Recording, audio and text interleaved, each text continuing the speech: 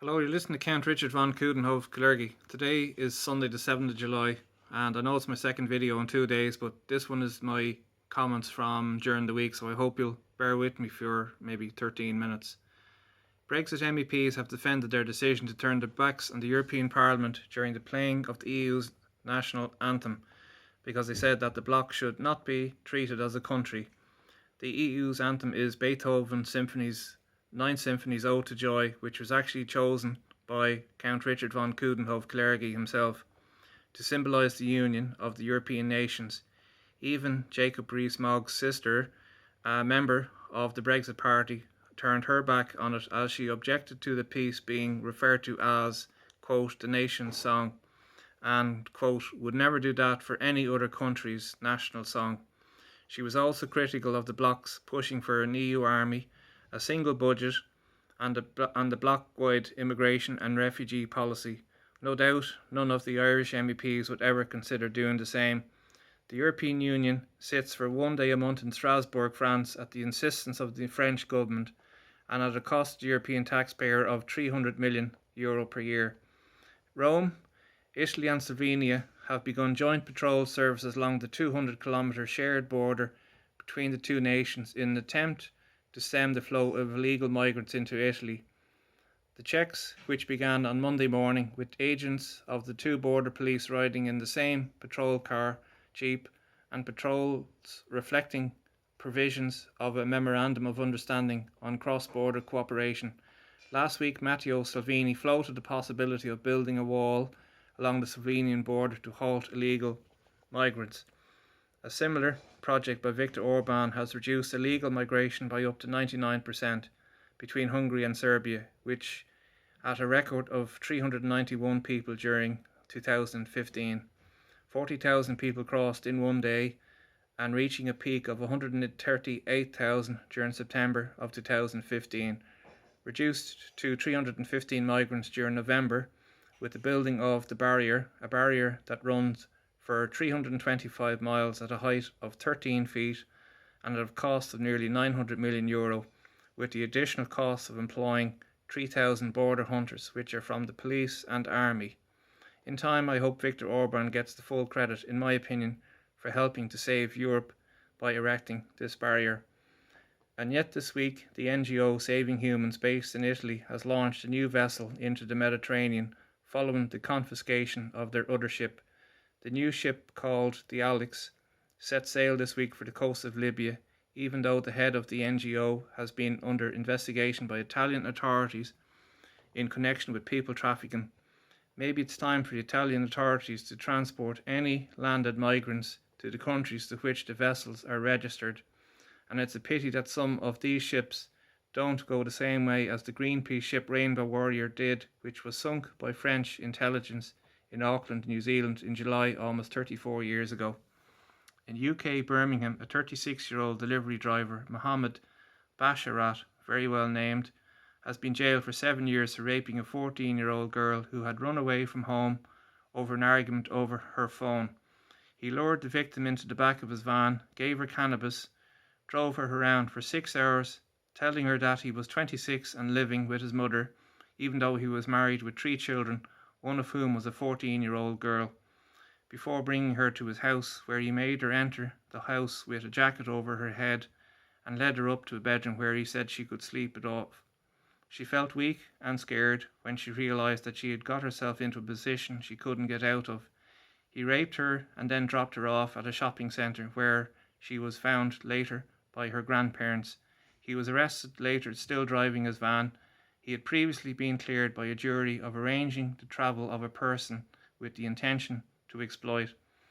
In a follow-up to the story last week about the Scottish teenager who was suspended from school for filming his teacher telling him that he could not say in class that there were only 2 genders, the viral footage taken by the 17-year-old of him being removed from class and was suspended for 1 week, it has now been revealed that the school would not allow him to return. A YouTuber who helped get the video go viral has now had a FundMe account to raise money for the student, as has his account shut down. More from that canary in this coal mine, Sweden. A 34-year-old man has been has been convicted for uttering threats after telling 2 female police officers to submit to ISIS or face being raped. Fadi Dowd was convicted last week after calling arresting officers whores and pig bastards, and that they would submit to ISIS because he would otherwise rape both of them. On his way to the police station, he boasted about ISIS and also made threats against the officers' families. This was just a latest incident on top of the 21 charges he has already been involved in, including abuse and drug offences.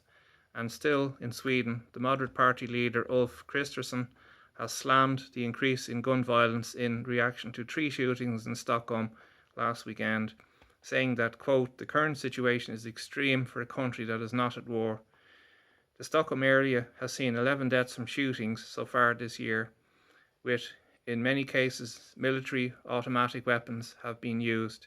The Swedish National Forensic Centre stated earlier this year that the fatal shootings and murder attempt has doubled since 2012, with over 300 shootings during 2017, and in a record 45 fatal shootings during 2018, with 299 arrests and around 824 firearms seized, with 30 fatal shootings in Stockholm in 2017 and 2018, and with only 8 individuals being convicted, 18 murders where no suspects were arrested at all, and yet no one wants to associate any of the increasing crime with migration.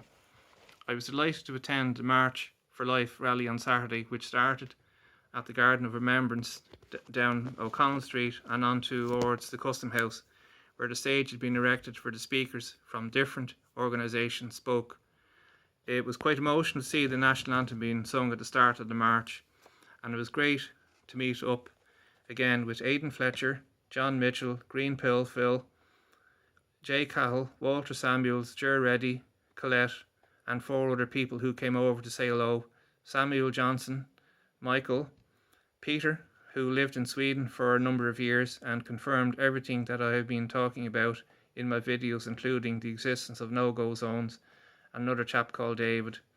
It was nice to see a float with young children going by chanting pro-life slogans, compared with the floats that were parading around O'Connell Street last week, and also the contrast of those who attended and the very scantily clad young girls who were walking down to the quays to get their buses to attend the Longitude event in Marley Park, Rathfarnham, some of whom were screeching pro-choice and shouting profanities at the marchers. 2 in particular stuck out. One was roaring "fuck you" and showing the middle finger of both hands to anyone who happened to glance in her screeching direction, a request which one person answered not a chance, which caused those that heard him to laugh. Another girl, who forgot to rub fake tan on her back, roared repeatedly, "I'm 17 and I can't wait to get pregnant so I can burn the fucker. How about that?" These are the children of Leo's government, and he must be so proud of them, all fired up with their gender fluidity instead of blood running through their veins. Sapone would have approved. After all, it is clearly a case for Tulsa to deal with such progressive behaviour in the face of such offensive material such as banners and posters of the Virgin Mary, Jesus and pro-life advocacies. Definitely worth the 800 million they're already getting from the state. Grand Torino was there, walking up the top of North Frederick Street recording. I waved at him and he waved back, ever vigilant after the disgraceful scene of the daughter of a corrupt Minister for Justice throwing a liquid over him during a live stream from Carrick-on-Shannon with the Irish Patriot. Hopefully this assault with intent to cause harm and criminal damage to property will be treated seriously by the police. At the rally I saw Declan Ganley walking through the crowd, and I was also got to be interviewed by This Drinking Life, who did an excellent interview with Emmanuel Godson a couple of weeks back, so I look forward to seeing that up on his channel. Attending this event gave me a sense of pride. Pride not like the event last week, which celebrates a lifestyle incapable of reproduction in favour of degeneracy, but pride in the sense of being part of a community that is pro-life, conservative, patriotic and Christian, and especially proud to see the number of young people attending this rally. Could you imagine getting that many Irish people to attend a march against mass immigration into Ireland? The government would surely have to listen. All is not lost and the clawback begins. And just on a follow up from the lefties that keep calling Grand Torino Tan Torino because he was once in the British Armed Services. Well, he's in good company, and as considering so was Tom Barry of the Cork Flying Columns of the IRA, so did James Connolly of 1916, so did Antarctic explorer Tom Crean, who was in the Royal Navy, and so was James Fitzmaurice, commanding officer of the Irish Air Corps, who flew the first transatlantic flight in 1938 from Ireland to America, who served in the British Army, fought in the Somme, joined the RAF and helped set up the Irish Air Corps. And the Irish who served in the British Armed Forces have been awarded 190 Victoria Crosses for gallantry. And speaking of gallantry, July 1943 saw the largest tank battle in the history of warfare, the Battle for Kursk, take place on the Eastern Front, south of Moscow. That took place along a 1,200-mile front and involved over 8,000 tanks, 5,000 Russian tanks and 3,000 German, 800,000 German troops and 2 million Russian troops. And in one encounter, a German tank commander, a 22-year-old Franz Staudegger, in a Tiger tank found himself separated from his group due to damage received to its tracks. Upon repair, he found himself in an extraordinary encounter with no less than 50 Russian T-34 tanks. One by one, his gunner destroyed 22 T-34 tanks after their shells bounced off the front of the thick armour of the Tiger tank, constantly moving his vehicle as he engaged the Russian tanks before they eventually retreated and he ran out of ammunition. He then withdrew after receiving 67 hits from the Russian tanks, and this took place 67 years ago on today. And amazingly, he survived the war and died in 1995. Well, I noticed I have a couple of new subscribers this week. Thanks very much for listening, and I throw that bit in the end because I think it's quite an extraordinary story, and I know one or two of the subscribers like history. So there's my thoughts, which are my own. Thanks for listening. Good night and good luck.